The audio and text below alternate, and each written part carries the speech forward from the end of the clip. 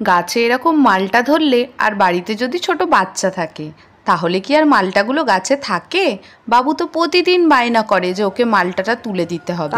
আজকে ওকে নিজে ডেকে নিয়ে এসেছি, চলো নিজে নিজেই পারবে। দেখো অনেক চেষ্টা করছে, শক্ত বলে টানতে পারছে না। টানো, এইখানটা ধরো একটা হাত, এখানটা ধরো, এইটা হাতটা ধরো, এখানে একটা ধরে এবার টানো, জোরে টানো।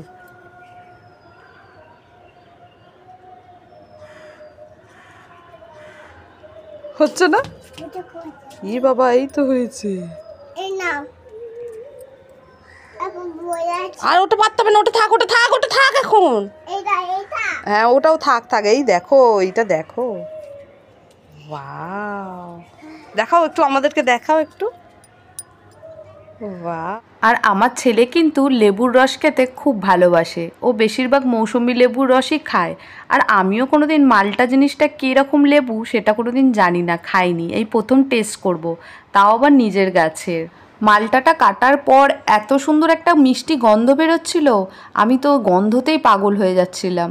আর এটা না দেখতে অনেকটা ঠিক বাতাবি লেবুর মতো, মানে বাতাবির যে বড় বড় সাইজ হয় ওটা না, ওর মানে ছোট সাইজের মতো। আর দেখো আমার সাথে সাথে বাবুও বারবার লেবুটাতে শুকে শুকে দেখছে, এত সুন্দর গন্ধ ছাড়ছে।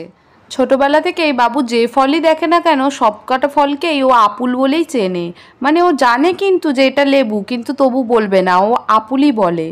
আর ফলের মধ্যে ওর ফেভারিট হচ্ছে লেবু, যত টকই হোক না কেন ও লেবু জিনিসটা খেতে খুব ভালোবাসে।